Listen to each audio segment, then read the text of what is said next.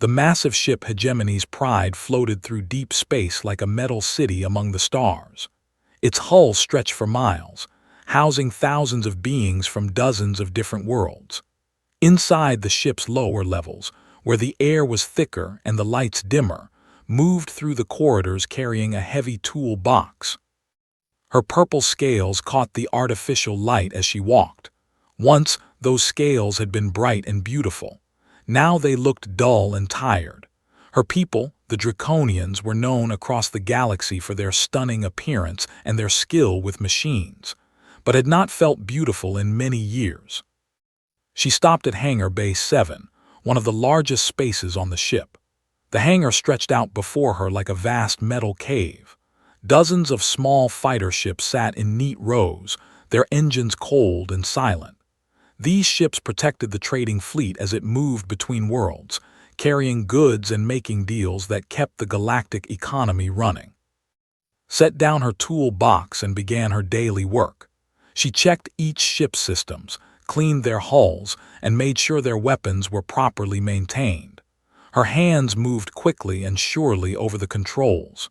She had been doing this work for 15 years, ever since she was barely more than a child. Around the hangar, other workers moved about their tasks. Most were aliens from various worlds, but none spoke to her. To them, she was invisible. She was just another servant, bound by contracts that her people had signed long ago when they lost the war. The Draconic War had ended 3 centuries before was born. Her ancestors had fought against the growing power of the Trade Consortium, trying to keep their independence. They had lost. The survivors were forced to sign service agreements that would last for generations. Their children and their children's children would work for the winners until the debt was paid. Had never known freedom. She had been born into service aboard a mining ship. When she turned 15, she was transferred to the Hegemony's Pride because of her mechanical skills. The ship's officers treated her well enough, as long as she did her work and stayed quiet. She received food, a small sleeping space, and the basic medical care needed to keep her healthy and working. But she was not free. As she worked on the fighter ships, let her mind wander. She thought about the messages her grandmother used to send from another ship in the fleet. The old woman would tell stories about purple skis and crystal cities where Draconians had once lived as they chose. Those messages had stopped coming 5 years ago when her grandmother died. The hangar's main doors opened with a loud grinding sound. A group of technicians entered, laughing and talking in their various languages. Among them was a being had not seen before. He was shorter than most of the others, with pale skin and dark hair. His clothes marked him as an engineer, and he carried himself with the confident walk of someone used to solving problems. This was, though did not know his name yet. He had just joined the ship after completing his service with the Terran Engineering Corps. Humans were still relatively new to the galactic community. They had only made contact with other species 50 years ago, but they had quickly proven themselves skilled with technology and machinery. Looked around the hangar with interest. He had worked on many ships before, but nothing as large as this. The rows of fighter craft impressed him, and he could see that someone had been taking excellent care of them. Every surface was clean, every system showed signs of regular maintenance. "Who handles the daily maintenance in here?" asked one of the other technicians. The alien, a tall being with blue skin and 4 arms, shrugged. "The servants take care of the basic work. We handle the complicated repairs." Nodded but continued to look around. He had a trained eye, and he could see that the basic work being done here was anything but simple. Whoever was maintaining these ships knew what they were doing. Noticed the new human watching the hangar, but she kept her head down and continued working. She had learned long ago that it was better not to draw attention to herself. The less the crew noticed her, the fewer problems she faced. The work day continued as usual. Familiarized himself with the ship's systems while completed her tasks in the background. Neither spoke to the other, but found himself curious about the purple-scaled figure. he occasionally glimpsed moving between the ships. As the ship's artificial day cycle moved toward evening, most of the crew left the hangar for their quarters or the common areas.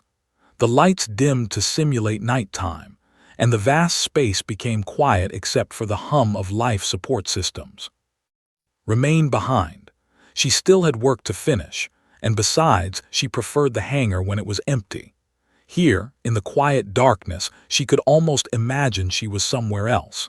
Sometimes she would look out through the hangar's force fields at the stars beyond and wonder if any of those lights shone on worlds where her people lived free. Had planned to leave with the others, but he noticed something wrong with one of the fighter's fuel systems. Being thorough by nature, he decided to fix the problem before morning. He gathered his tools and headed back into the hangar. That was when he saw her clearly for the first time. Was working on a ship 3 rows away, her scaled hands moving over the engine components with practiced skill. In the dim light, her scales seemed to flicker with their own inner light, creating beautiful patterns that shifted as she moved. Watched for a moment, impressed by her obvious expertise. Then he went to work on his own repair, the sound of his tools echoing softly through the empty space. Neither of them knew that this quiet evening would be the beginning of something that would shake the entire fleet. For now, they were just 2 beings working in the darkness, separated by customs and laws that seemed as unchangeable as the stars themselves. But change was coming, as inevitable as the next sunrise. 3 days had passed since first noticed the purple-scaled worker in the hangar. He had started arriving early for his shifts, partly because he enjoyed the quiet morning hours, and partly because he was curious about the being who seemed to maintain half the fighter fleet single-handedly. He learned from the other engineers that her name was, and that she was a draconic servant. The way they said servant made it clear they thought nothing more about her than they would about a useful piece of equipment. This bothered, though he could not say exactly why. Humans were taught from childhood that every thinking being had value. It was one of their core beliefs, something that had helped them survive their own violent history, but was beginning to understand that this view was not shared by most of the galaxy. On the 3rd night was working late again. A group of fighters had returned from patrol with minor damage, and he wanted to get them back in service quickly. The hangar was empty except for the usual automated systems humming in the background. Then he heard it. The sound was soft and low, almost like singing, but there was something sad about it that made his chest tighten. It seemed to come from somewhere deeper in the hangar, past the rows of ships where the spare parts were stored. Put down his tools and listened carefully. The sound came again, and this time he could tell it was not singing. Someone was crying. He followed the sound through the maze of equipment and storage units. The crying grew clearer as he got closer, and he could hear that it was coming from a small alcove between 2 large storage containers. Hesitated. When someone was crying, the natural thing to do was to offer help, but here on the ship, he was still learning the complex social rules that governed how different species interacted. Maybe it was wrong for him to interfere. The crying continued and made his decision. He stepped around the storage container and saw sitting on the floor with her back against the wall. Her knees were drawn up to her chest, and her head was buried in her arms. But what struck most were her scales. Instead of their usual dull purple, they were glowing with shifting patterns of blue and silver light. The colors moved across her skin like living water, beautiful but somehow heartbreaking. "Are you hurt?" asked softly. His head snapped up in surprise. Her large, golden eyes were wet with tears, and the patterns on her scales immediately began to fade. She scrambled to her feet, wiping her face with the back of her hand. "I am sorry, engineer," she said quickly. Her voice was soft and musical, with an accent had never heard before. "I did not know anyone was here. I will return to my quarters." She started to move past him but gently held up his hand. "Wait," he said. "You don't have to go. I just wanted to make sure you were okay." stopped and stared at him. No one had asked if she was okay in longer than she could remember. "I am fine," she said automatically. "There is no problem." But as she spoke, the glowing patterns began to return to her scales. Did not know what they meant, but he could see they were connected to her emotions somehow. "Those lights," said, pointing to her arms. "They're beautiful. What do they mean?" Looked down at herself in surprise. She had not realized her scales were displaying. Among her own people, the patterns told stories of emotion and thought, but no one else on the ship would understand them, so she had trained herself not to show them. "They are nothing," she said, forcing the patterns to fade again. "Just old biology, useless now." "Not useless," said firmly. "Beautiful, and they seem important." For a long moment, they stood looking at each other. Had never had a conversation this long with anyone on the ship who was not giving her orders. She did not know what to do. "You should not be talking to me," she finally said. "It could cause problems for you." "Why?" asked. "You work here, I work here. We're both just trying to do our jobs." Almost smiled at that. "We are not the same," she said. "You are crew, I am property." The words hit like a physical blow. Property. "My people lost the war," explained. "We signed the contracts to pay our debt. I have 25 years of service remaining." Felt anger rising in his chest, but he kept his voice gentle. "That doesn't make you property. That makes you someone who's been treated unfairly." Scales flickered with confused patterns. She had never heard anyone describe her situation that way. "It is the law," she said. "Sometimes laws are wrong," replied. They stood in silence for a moment, then noticed something clutched in his hand. It looked like a small data crystal, the kind used to store images or messages. "What's that?" he asked gently. Looked down at the crystal and her scales began to glow again, this time with deep blue patterns shot through with silver. "Pictures of she said quietly. "My grandmother sent them before she died. Today is 15 years since I was brought to this ship." "It's your anniversary," said, understanding. "And I received a message today," continued, her voice breaking. "My brother, he was working on a mining station in the Outer Rim. He was my last family member still alive." Felt his heart sink. Was. "The message said he collapsed from exhaustion 3 days ago. They could not save him. I am alone now." The patterns on her scales were swirling faster now, blues and silvers mixed with deep purples that spoke of grief too heavy for words. Had never seen anything like it, but he understood perfectly what it meant. "I'm sorry," he said simply. "I'm so sorry for your loss." Looked up at him with surprise. "You are sorry, but you did not know him." "I don't have to know someone to understand that losing them hurts," said. "Pain is pain." For the first time, scales showed patterns of warm gold mixed with the blue. She did not know that this was how her people showed gratitude and hope. "Thank you," she said quietly. "No one has ever said that to me before." Felt something settle in his chest, a decision he had not known he was making. "What was your brother like?" he asked. And for the first time in years, began to talk about her family. As she spoke, her scales glowed with changing patterns that told the story of her words in ways could not read but somehow understood. Neither of them noticed how much time was passing. They were too busy building the first bridge between their worlds. The next morning could not concentrate on his work.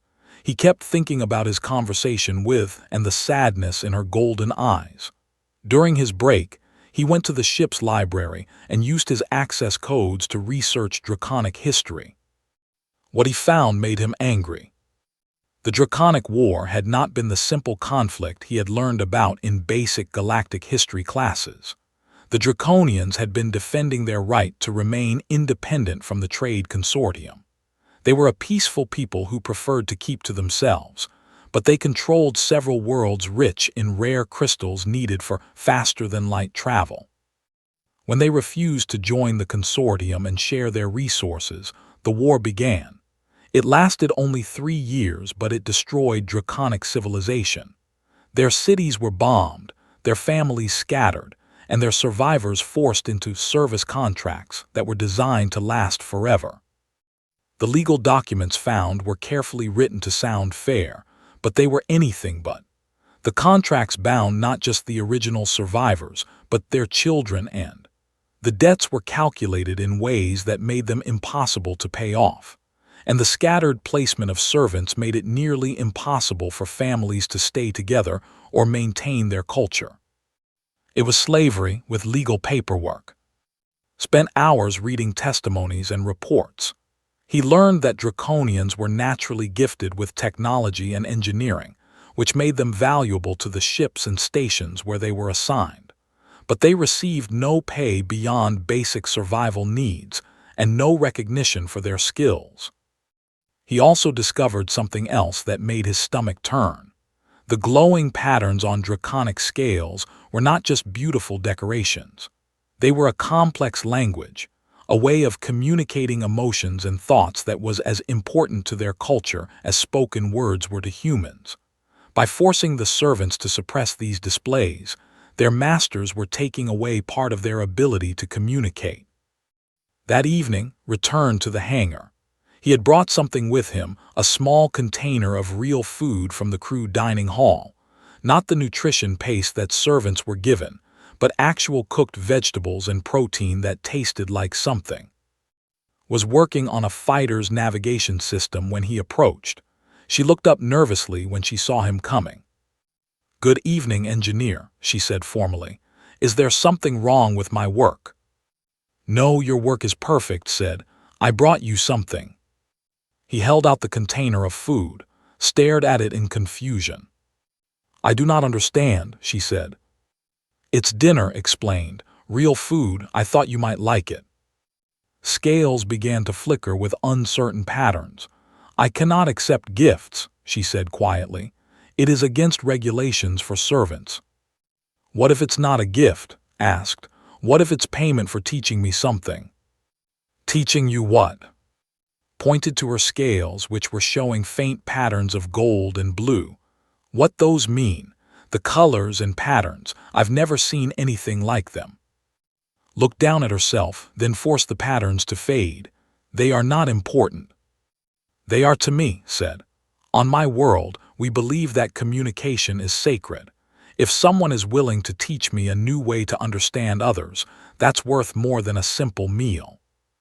For a long moment studied his face. Then very slowly she took the container of food. "This is how my people show confusion," she said, letting her scales display swirling patterns of green and yellow. "When we cannot understand what someone wants from us." "And this?" asked as the patterns shifted to warm gold. "Gratitude," said softly, "and something else. Hope maybe. I had forgotten what that looked like." Over the following days, began visiting regularly during the quiet evening hours. He always brought real food, and she always taught him more about draconic scale language. But their conversations went far beyond the lessons. Told her about Earth, about the blue skies and green oceans of his. He spoke about his family, about the small farm where he had grown up, and about the wars his people had fought among themselves before they learned to work together. Shared memories of the stories her grandmother had told her. She described crystal cities that sang in the wind, purple skies filled with flying creatures, and festivals where her people would gather to share their emotions through the dancing patterns on their scales. "Do you think I will ever see it?" she asked one evening. I mean. Had been dreading this question because he had researched her contract in detail. "Not under the current system," he said gently. "I'm sorry." Scales showed deep blue patterns of sadness, but also acceptance. "I thought so.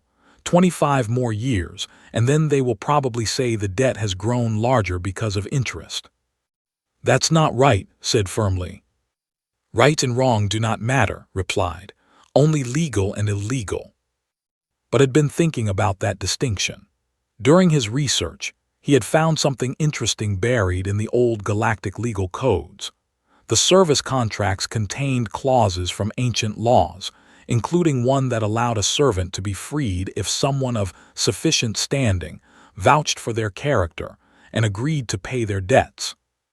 The problem was that sufficient standing was never clearly defined, and the debts were calculated in ways that made them enormous. Most people could not afford to free a servant even if they wanted to.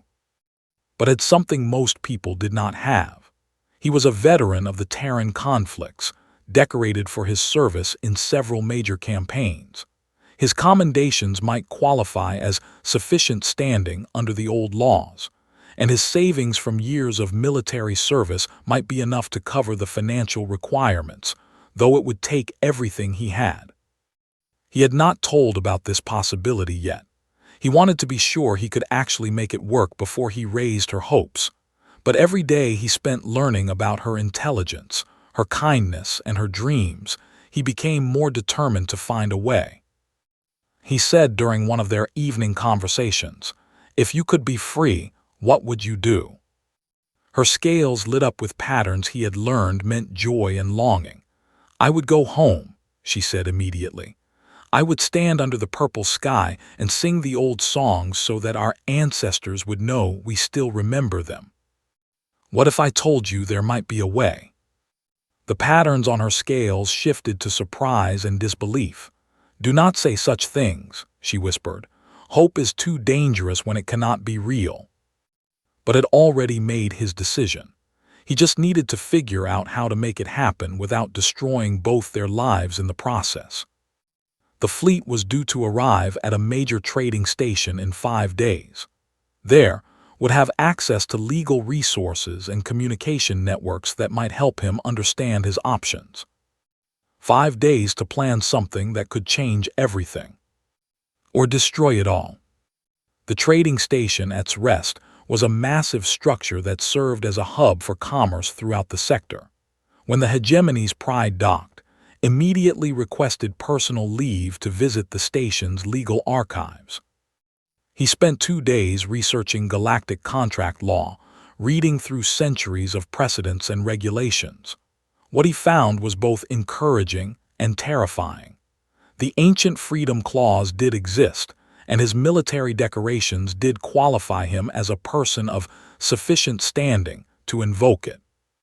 But the process had to be done publicly, in front of witnesses, and could not be reversed once started. If he failed, both he and would face serious consequences. If he succeeded, he would be responsible for all her debts, nearly 40,000 galactic credits, which was exactly what he had saved during his military career. More importantly, the fleet's captain was known for his harsh treatment of anyone who challenged the established order. Captain was a hegemony loyalist who believed that maintaining proper hierarchy was essential for galactic stability. He had punished humans before for what he called primitive emotional thinking. Returned to the ship on the second night with legal documents and a plan that scared him more than any battle he had ever fought.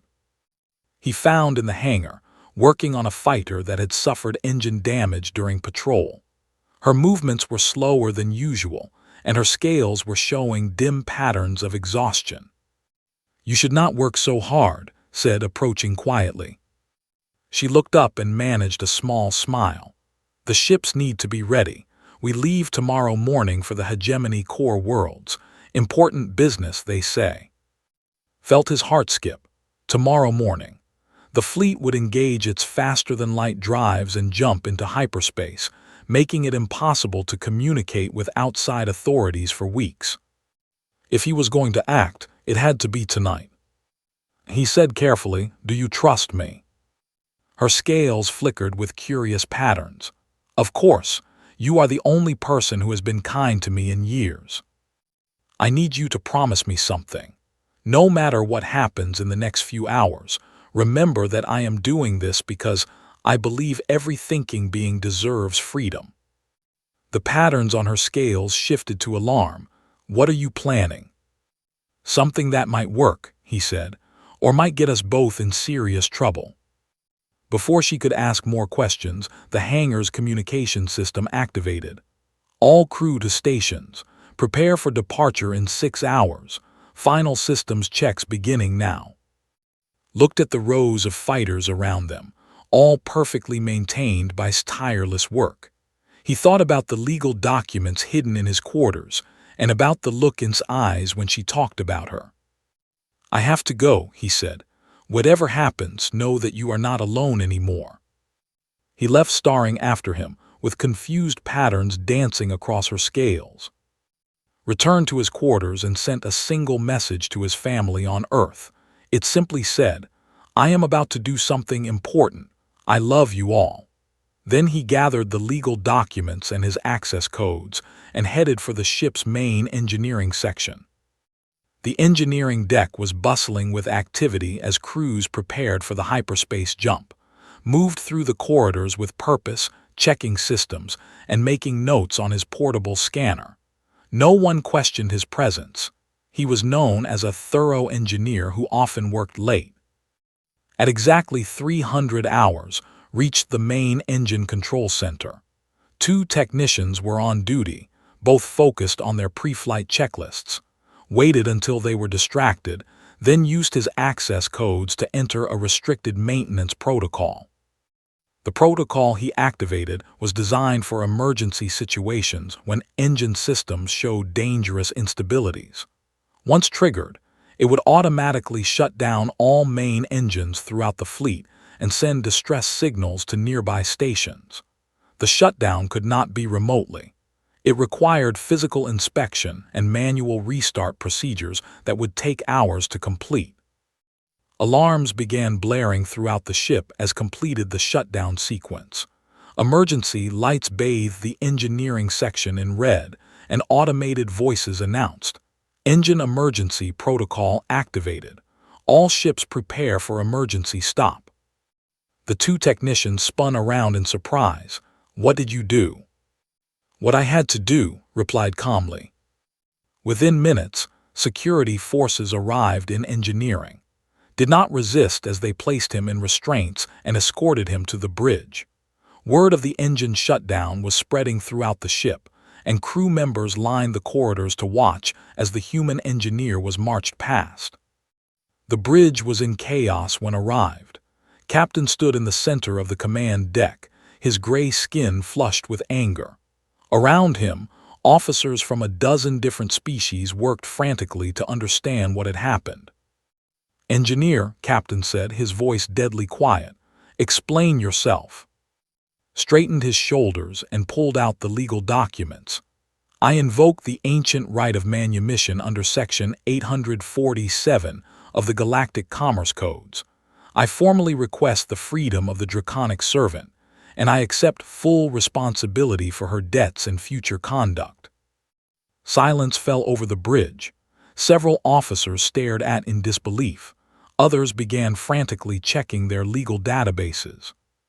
"You stopped an entire fleet," Captain said slowly, "to free a servant." "I stopped a fleet to free a person," corrected. The captain's expression grew even darker. "Do you understand what you have done? We have trade agreements worth billions of credits waiting for us. You have jeopardized relationships that took decades to build." "I understand that sometimes doing the right thing is inconvenient," replied. One of the legal officers approached the captain with a data pad. "Sir," she said quietly, "the documentation appears to be in order. Under the old codes, this invocation must be witnessed and cannot be ignored." Captain looked around the bridge at the assembled officers and dignitaries.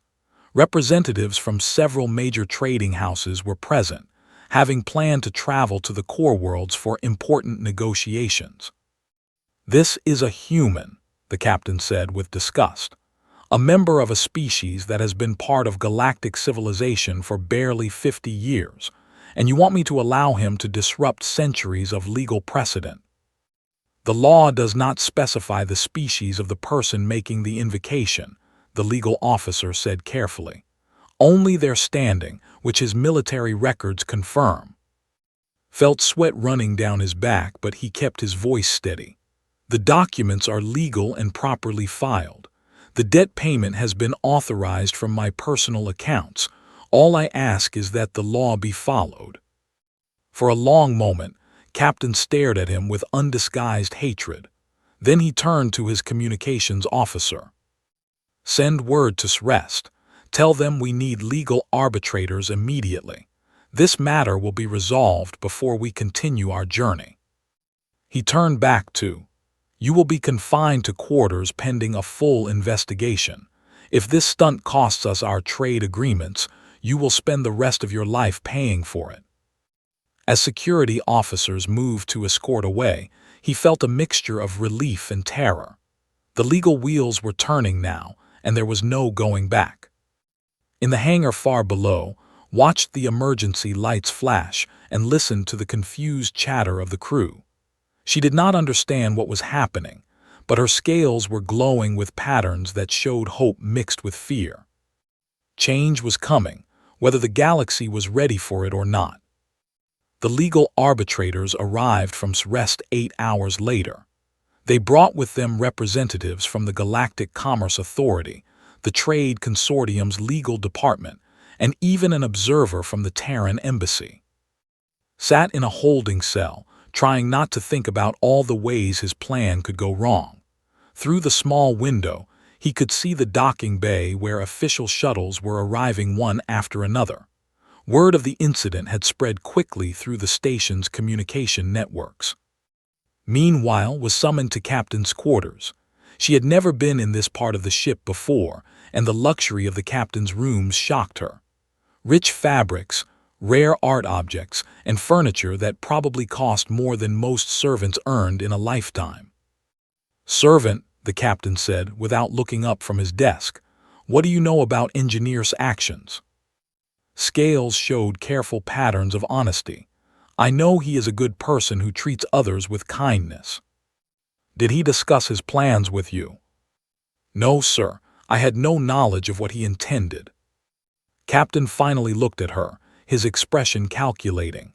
"You understand that if this legal challenge succeeds, you will be responsible for your own actions, no longer under the protection of your service contract." Had not thought about that. For 15 years, her basic needs had been provided in exchange for her work.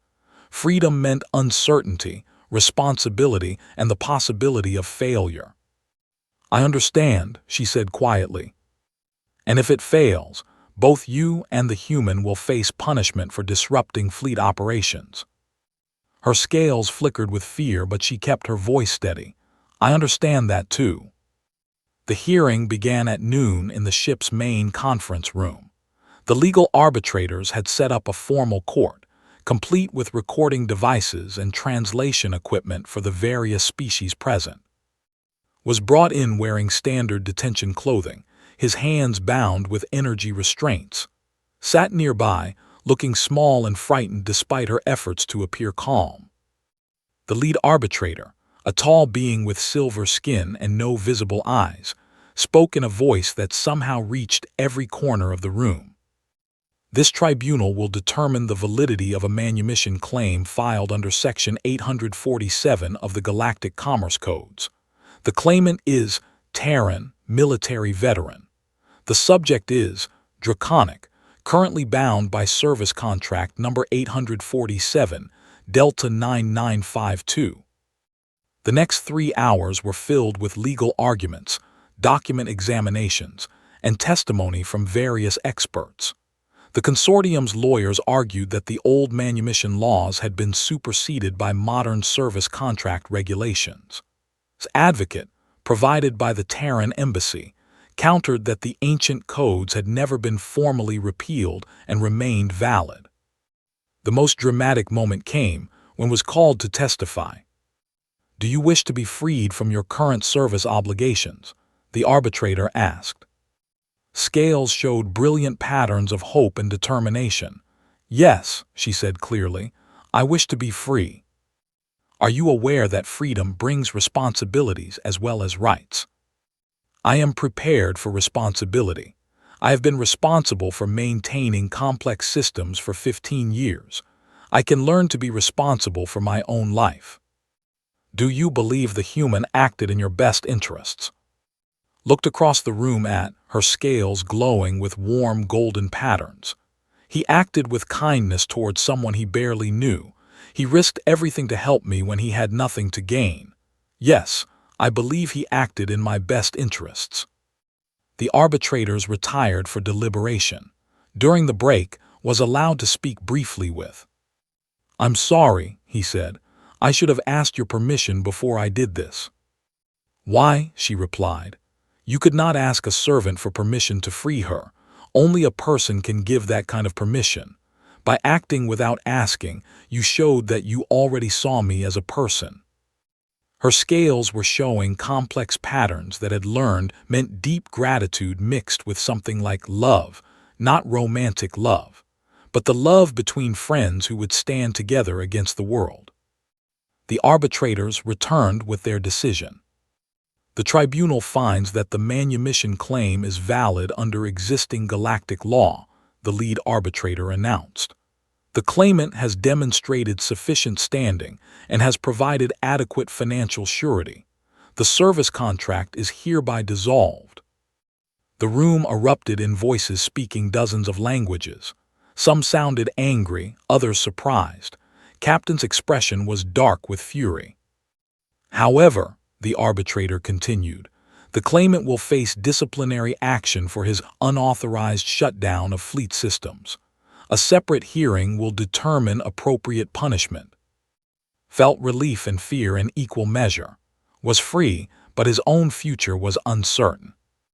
Over the following days, news of the incident spread throughout the fleet and beyond. Other humans in the service began questioning orders that required them to treat servants as property. On 3 other ships, human crew members formally requested transfers rather than participate in the servant system. Word reached the Terran government, where politicians debated whether to take an official stance on galactic labor practices. Some called a hero, others a troublemaker who had damaged important diplomatic relationships.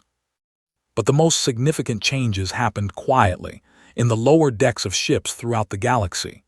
Other draconic servants began to hope. Families that had been separated for generations started trying to communicate with each other.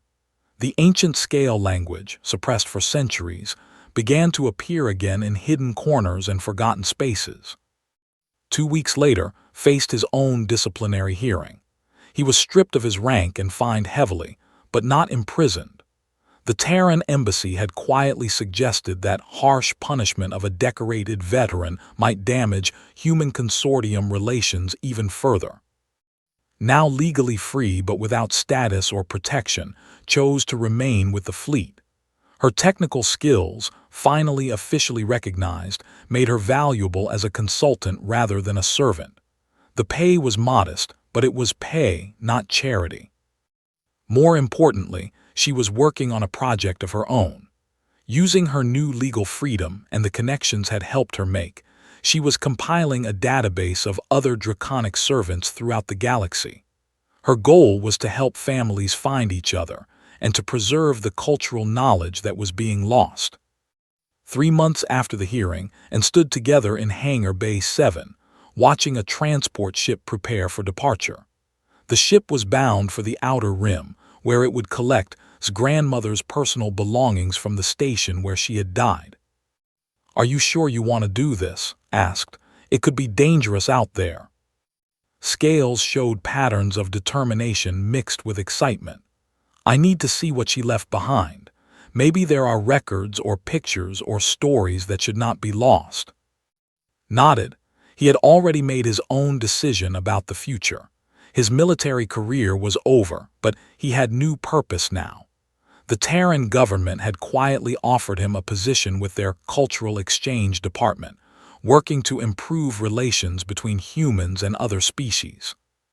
"When you're ready to go to he said, "I'd like to come with you if that's okay." Scales lit up with golden patterns of joy. "It would be an honor to show you the purple skis my grandmother described." As the transport ship departed, they returned to their work. But everything had changed. Was no longer just an engineer and was no longer just a servant. They were friends and partners, working together to build a future where freedom and dignity were not privileges to be granted, but rights to be protected.